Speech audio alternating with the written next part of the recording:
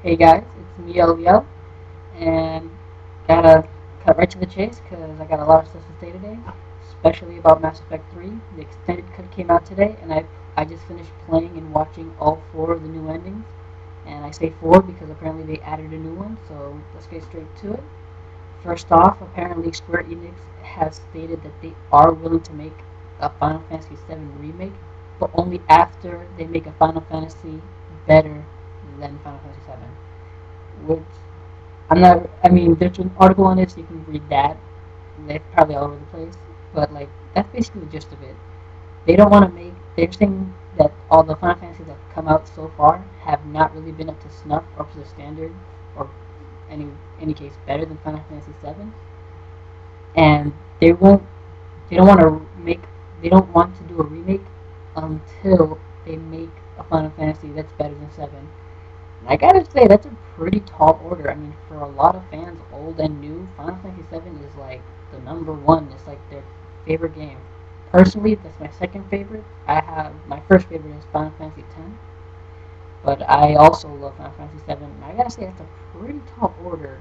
Like, since not make a remake until they make one better than Seven. That's I don't know how long that could take, but that could be a while. Second, I've been thinking about the Smash Brothers being done by Namco, and I gotta say, the more I think about it, the more I'm like, the more I'm intrigued. Because I mean, you have like all these characters they can technically pull from. Because I mean, they already allowed Sonic, and that's Sega. So what's to say they can't add characters from Capcom or other companies now? So I'm kind of excited. I'm intrigued at what they might do. I mean, uh, like I said, Namco Bandai did Gundam's game before. They still do them now. So technically, they can add Gundams into Smash Brothers, and that'd be kind of cool to see. I don't know. My mind's out there. So, but I don't know. The more I hear, the more I'm thinking about it, the more I think it's not so bad. I wouldn't mind it that much. And for one thing I want to say is like I own all three systems. I own a Wii, I own a PS3, and I own an Xbox. And I really don't have a preferred console. I mean, I try to play all of them evenly, but I would have to say I play my PS3 more, just for the fact that it's cheaper. Because I Xbox Live is like a constant thing, and you have to have Xbox Live to do really much anything with your Xbox. While on my PS3, just the free subscription gets me internet access and multi gives me a multiplayer access, while Xbox Live doesn't. And the few times I have paid for the PS3, PlayStation Plus, there we go, is because they actually, in my opinion, have a few better perks. I mean, just the other day they gave 10 full retail games for free. I mean, I'm talking about Infamous 2, Saints Row 2, Little Big Planet, 40K Warhammer, 40K Space Marine. And I gotta say, like, I I have to give him the edge, but that's not saying it's my favorite. Like I said, I try to play all my systems equally.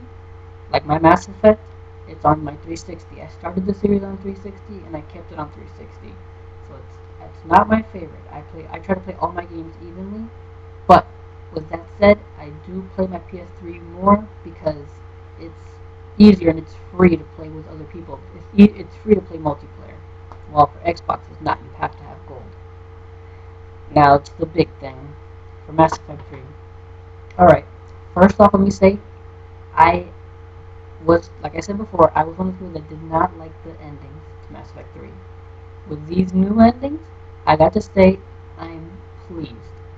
They filled in a lot of the plot holes, like how your shipmates got, to the ship, why the ship is running away in the first place, and all that stuff. And that's all really cool. But at the same time, don't get me wrong, they're good. I mean, I like them better and everything. At the same time, I thought they could have done a little more. Now, hear me out before you start trolling me or whatever like that.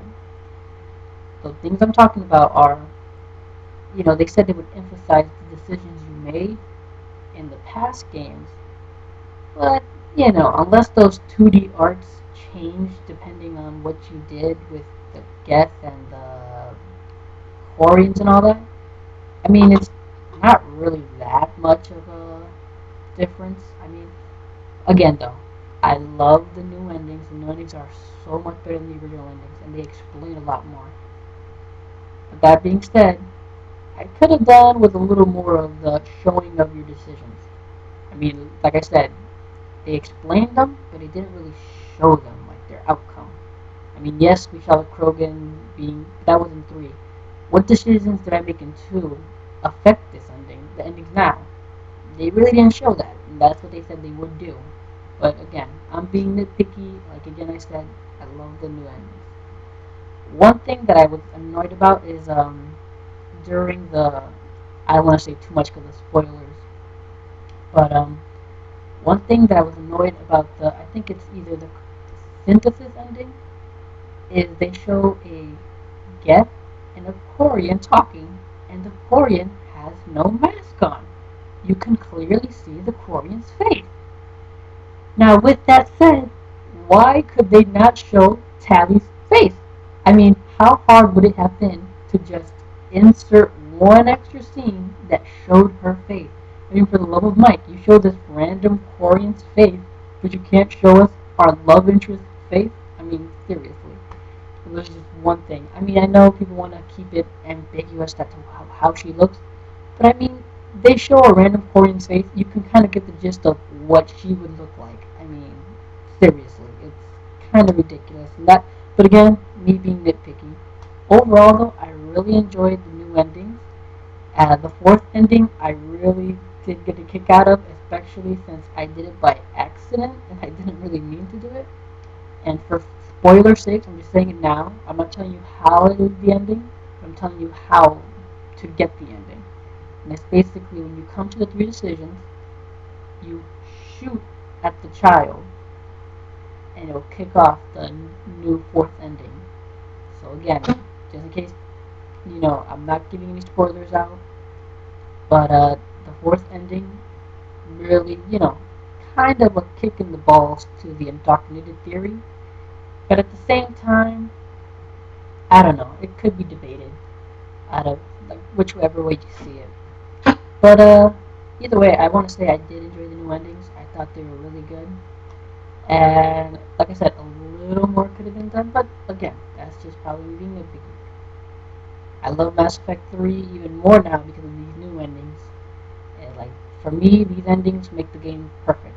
I no longer have any complaints about the game, and you know. But that's about it. Sorry the video got up so late. I spent much of the night playing. I spent most of the day playing these the endings over and over again just to try to see what I could get different. But that's about it. Guys, take care. Remember, I'm just a gamer.